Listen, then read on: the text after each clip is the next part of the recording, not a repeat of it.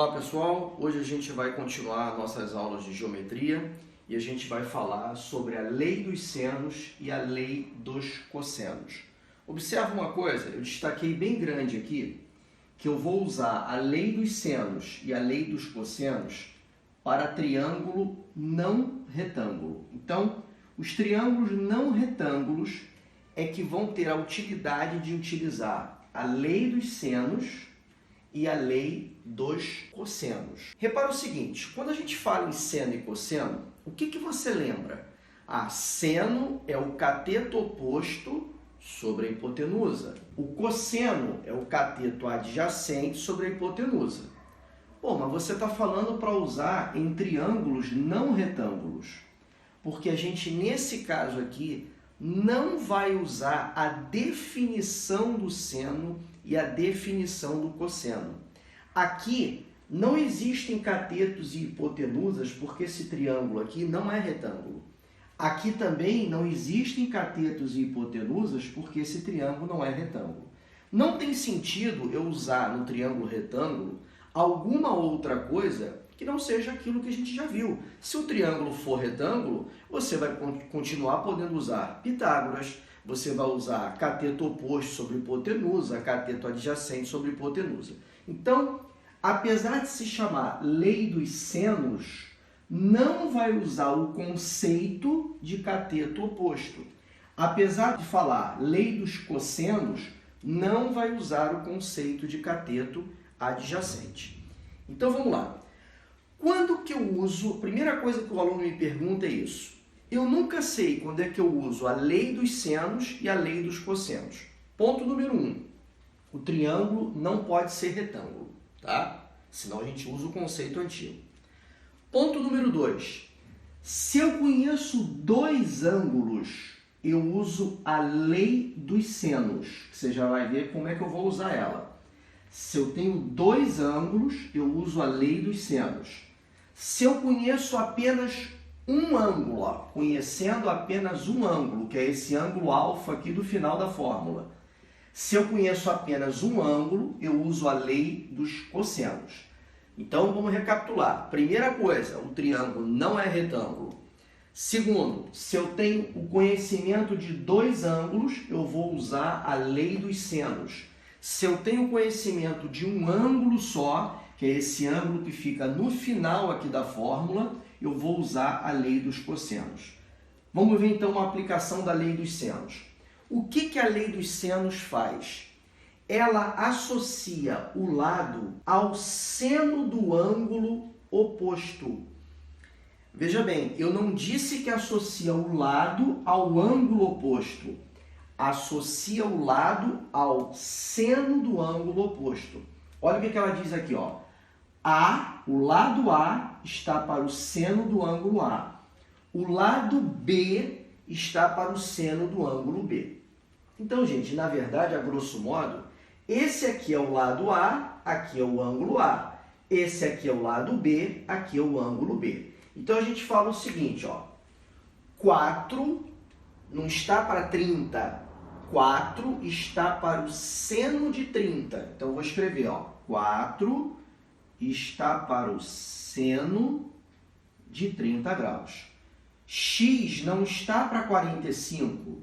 X está para o seno de 45. Lembra que eu sempre falo, a gente não pode associar, fazer uma conta com lado e ângulo. Eu não posso botar 4 sobre 30 e 4 sobre 45.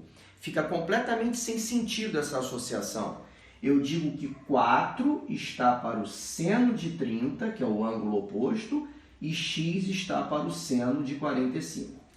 Essa montagem é uma montagem simples, mas o aluno erra muito agora na hora de começar a fazer as contas. Veja bem, eu vou procurar na tabela o seno de 30 e o seno de 45. Então, eu vou ficar assim, ó.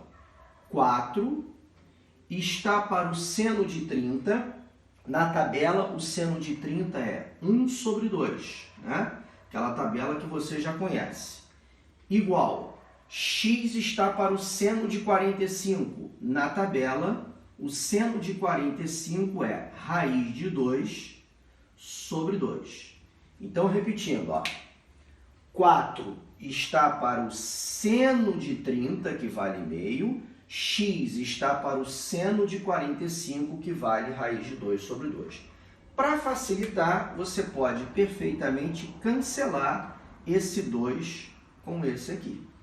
Se não quiser cancelar, multiplica cruzado com ele mesmo, mas só vai te dar trabalho. Então, vou multiplicar cruzado. Ó. X que multiplica 1, vou até colocar aqui, só para caracterizar a multiplicação, e 4 que multiplica a raiz de 2, que é o próprio 4 raiz de 2. Logo, eu tenho x igual a 4 raiz de 2. Então, eu descobri o lado x que eu não conhecia, usando apenas a lei dos senos, que diz que A está para o seno do ângulo oposto, ou seja, o seno de A, B está para o seno do ângulo oposto, no caso, o ângulo B. Então, para usar a lei dos senos, eu tenho que conhecer dois ângulos.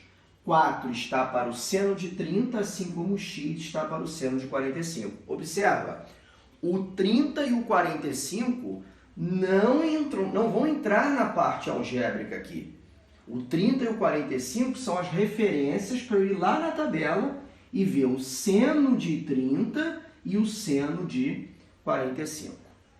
Lei dos cossenos. Você vai pegar um livro, vai pegar uma apostila, vai olhar na internet, você vai ver que a fórmula da lei dos cossenos não tem esses parênteses aqui.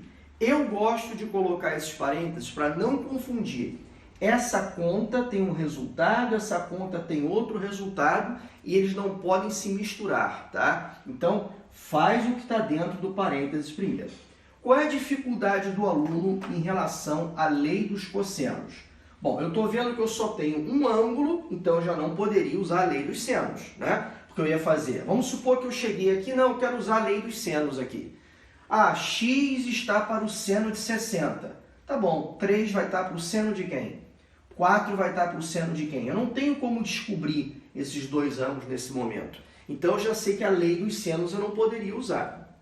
Como eu só tenho um ângulo, eu vou usar a lei dos cossenos. Qual a dificuldade que o aluno tem da lei dos cossenos? Ele nunca sabe determinar quem é o A, quem é o B e quem é o C. Porque a lei dos cossenos é exatamente isso. Ela começa igual um teorema de Pitágoras, aqui, ó. A ao quadrado igual a B ao quadrado mais C ao quadrado. Esse início é igual um teorema de Pitágoras. Lembrando que aqui eu não tenho nada de hipotenusa porque o triângulo não é retângulo. Então veja bem, como que eu identifico A, B e C? Primeira coisa que eu vou fazer é identificar o lado A. Se eu identificar o lado A, o B e o C eu escolho aleatoriamente. Então grava isso. O lado A é aquele que está sempre em frente ao ângulo. Ah, então vai ser sempre o X. Não. Pode ser o X ou não. O lado A tem que estar sempre em frente ao ângulo que eu conheço. Então, o meu lado A aqui está representado como medindo X. E o meu ângulo alfa é o ângulo que está representado como 60 graus. Então, observa aqui. Eu tenho começando com A e terminando com alfa fórmula. Por isso que eu tenho que identificar primeiro quem é o lado A e quem é o ângulo oposto, porque a fórmula começa e termina com eles. Então, agora eu vou fazer a aplicação. Ó. X ao quadrado é igual. Vou abrir meu parênteses para evitar confusão. Quem é o B e quem é o C? Você escolhe. São os que sobraram. Eu vou escolher 3 e 4 nessa ordem. Poderia ser 4 e 3, porque a operação é de adição e de multiplicação. Então, se eu inverter o B e o C, não vai fazer nenhuma diferença. O importante é sempre determinar quem é o lado A. Então, eu vou chamar o B de 3, tá? Uma escolha que eu fiz agora. E vou chamar o C de 4. Só isso. Então, ficou 3 ao quadrado mais 4 ao quadrado. Então, a minha fórmula começou igual um teorema de Pitágoras. Ó, A ao quadrado igual a B ao quadrado mais C ao quadrado. Menos. Não esquece que é menos, tá? Vou abrir um parênteses. 2 vezes B, eu chamei o B de 3, vezes o C, que eu estou chamando de 4. Cuidado agora, vezes, não é vezes o ângulo de 60 graus, é o cosseno de 60 graus. Então, eu vou escrever aqui, ó, cosseno de 60 graus. Então, observa o seguinte, vou pegar minha régua aqui, eu tenho essa primeira conta para fazer aqui, ó, e tenho essa segunda conta para fazer aqui. Você tem que ser bem organizado, que é para você não errar bobagem. Então, repetindo, identifiquei o meu lado A, que está em frente ao meu ângulo de 60 graus. Vi que a lei era dos cossenos porque eu conhecia um ângulo só. Se eu conhecesse 2, eu poderia aplicar a lei dos senos. Então, fica assim, x ao quadrado igual. Olha para cá que eu vou fazer direto. 9 mais 16, 25, menos 2 vezes 3 vezes 4. 2 vezes 3, 6 vezes 4, 24. Eu vou manter o parênteses aqui, ó. 24 vezes o cosseno de 60. Lá na nossa tabela, o cosseno de 60, que por acaso é igual ao seno de 30, é igual a 1 sobre 2. Então, estou fazendo bem devagar essa parte algébrica para você entender. 9 mais 16, 25, menos 24 vezes o cosseno de 60, que vale meio. X ao quadrado é igual a 25 menos 12. Lembrando que 24 vezes 1, 24, dividido por 2, 12. X ao quadrado é igual a 13, onde x vai ser igual a raiz quadrada de 13.